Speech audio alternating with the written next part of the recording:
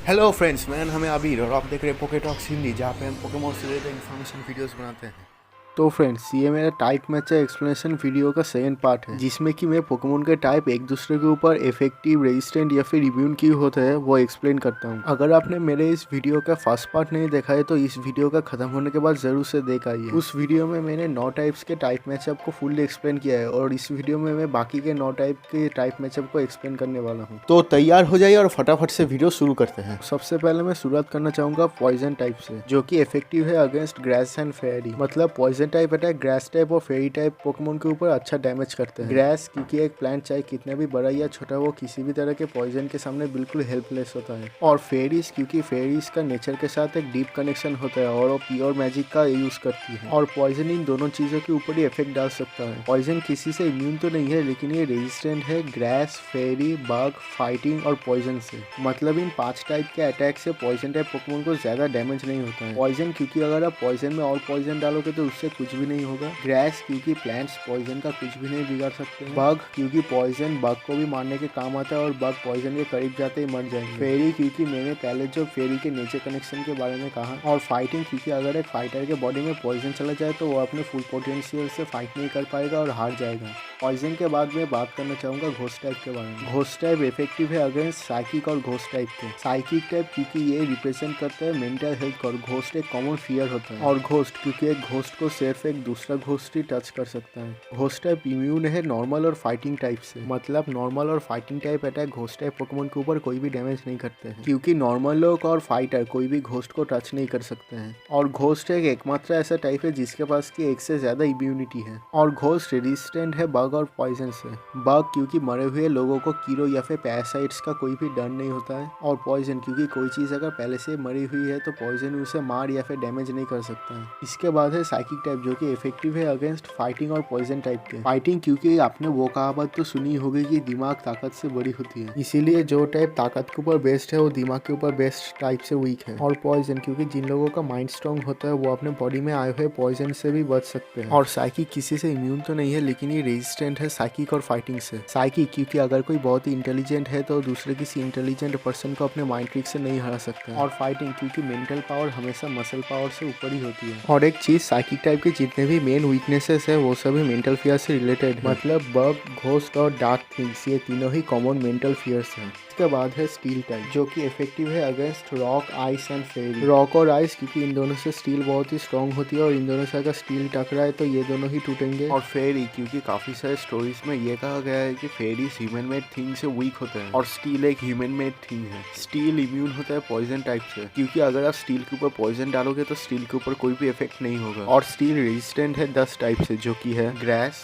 Normal, rock, ice, psychic, fairy, dragon, flying, bug और steel. मैंने यहाँ पे जितने भी टाइप्स का नाम लिया है स्टील का, उन सभी से रेजिस्टेंट होने का सेम रीजन है। इसका रीजन है कि स्टील बहुत ही स्ट्रॉन्ग है और इन 10 टाइप में से कोई भी टाइप स्टील को ज्यादा हर्ट नहीं कर सकता है। इसके बाद है ग्राउंड टाइप, जो कि इफेक्टिव है against steel, rock, electric, poison and fire. Steel और रॉक क्योंकि चाहे स्टील से बना हुआ स्ट्रक्चर हो या फिर रॉक से बना हुआ स्ट्रक्चर, वो किसी भी अर्थक्वेक में टूट के बिखर सकते हैं। इलेक्ट्रिसिटी क्योंकि अर्थिंग या फिर दूसरे किसी मेथड के द्वारा अगर इलेक्ट्रिसिटी को ग्राउंड में भेज दिया जाए तो बिल्कुल भी हार्मफुल नहीं होता है। और पॉइजन क्योंकि अगर आप ग्राउंड के ऊपर पॉइजन डालोगे तो उससे ग्राउंड को ज्यादा कुछ फर्क नहीं पड़ेगा। फायर क्योंकि मिट्टी आग बुझाने के काम भी आती है। ग्राउंड इम्यून है इलेक्ट्रिसिटी से, क्योंकि मैंने अभी जो अर्थिंग के बारे में कहा। और ग्राउंड रेजिस्टेंट है रॉक एंड पॉइजन से, क्योंकि अगर आप ग्राउंड के ऊपर रॉक मारोगे तो उससे ग्राउंड को कोई भी डैमेज नहीं होगा और अगर आप ग्राउंड के ऊपर पॉइजन भी डालोगे तो उससे भी ग्राउंड को कोई भी डैमेज नहीं होगा। इसके बाद है आइस टाइप, जो कि इफेक्टिव है अगेंस्ट ड्रैगन, ग्रास, फ्लाइंग और ग्राउंड। ड्रैगन क्योंकि ड्रैगन मेनली बेस्ड है रेप्टाइल्स के ऊपर और रेप्टाइल्स लो टेम्परेचर में सर्वाइव नहीं कर सकते हैं, इसीलिए रेप्टाइल्स दुनिया के हर एक कॉन्टिनेंट में पाए जाते हैं सिर्फ एंटार्क्टिका को छोड़ के। ग्रास क्योंकि ज्यादातर प्लांट्स के स्पीसीज आइस से फ्रोजन होकर मर जाते हैं। फ्लाइंग क्योंकि एक फ्लाइंग ऑब्जेक्ट को हवा में रहने के लिए कांस्टेंट मोशन में रहना पड़ता है और आइस से वो फ्रीज हो सकता है। और ग्राउंड क्योंकि आइस ग्राउंड को जमा के बिल्कुल यूजलेस बना सकती है। आइस किसी से इम्यून तो नहीं है, लेकिन ये रेजिस्टेंट है सिर्फ आइस से, क्योंकि अगर आप आइस पे और आइस डालोगे तो उससे सिर्फ आइस का टोटल अमाउंट ही बढ़ेगा। और एक फन फैक्ट, आइस सबसे लो रेजिस्टेंट वाला टाइप है, जो कि सिर्फ एक ही टाइप से रेजिस्टेंट होता है। इसके बाद में एक्सप्लेन करूंगा नॉर्मल टाइप। नॉर्मल टाइप किसी भी टाइप के ऊपर इफेक्टिव नहीं है और ये एकमात्र ऐसा टाइप है जो कि किसी भी टाइप के ऊपर इफेक्टिव नहीं है। नॉर्मल टाइप इम्यून है हैं घोस्ट टाइप से, क्योंकि जैसे नॉर्मल इंसान घोस्ट को नहीं टच कर सकते वैसे ही घोस्ट भी नॉर्मल इंसानों को नहीं टच कर सकते हैं।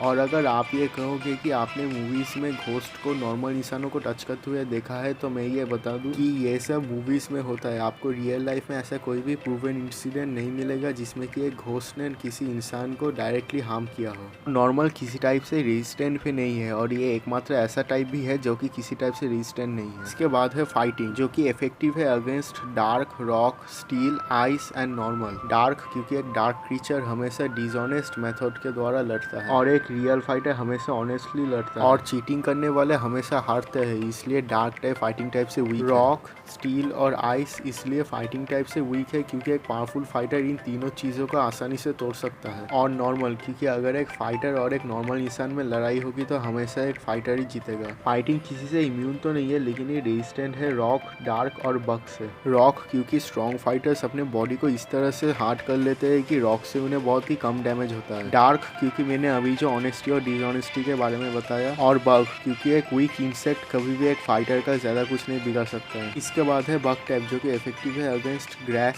Psychic and dark. ग्रास क्योंकि इंसेक्ट्स प्लांट्स को खाते हैं। साइकिक क्योंकि बग एक कॉमन मेंटल फियर है, और साइकिक टाइप मेंटल स्ट्रेंथ को रिप्रेजेंट करता है। और डार्क क्योंकि डार्क क्रीचर्स मेनली रात में निकलते हैं और अपना काम करते हैं, और इंसेक्ट्स भी रात में ही ज्यादा एक्टिव होते हैं, और इसलिए इंसेक्ट्स इन डार्क क्रीचर्स से नहीं डरते हैं। बग किसी से इम्यून तो नहीं है, लेकिन ये रेजिस्टेंट है ग्रास, फाइटिंग और ग्राउंड से। ग्रास क्योंकि इंसेक्ट्स प्लांट्स को खाते हैं। फाइटिंग क्योंकि हाई स्ट्रेंथ फाइटिंग स्टाइल से आप किसी वीक बग को ज्यादा हर्ट नहीं कर पाओगे। ग्राउंड क्योंकि आप किसी इंसेक्ट को अगर ग्राउंड में दबा दोगे तो वो अपने रास्ता खोद के इजिली बाहर आ जाएगा। और एक फन फैक्ट, बग और फाइटिंग एकमात्र दो डिफाइंड टाइप है जो कि एक दूसरे को रेजिस्ट करते हैं।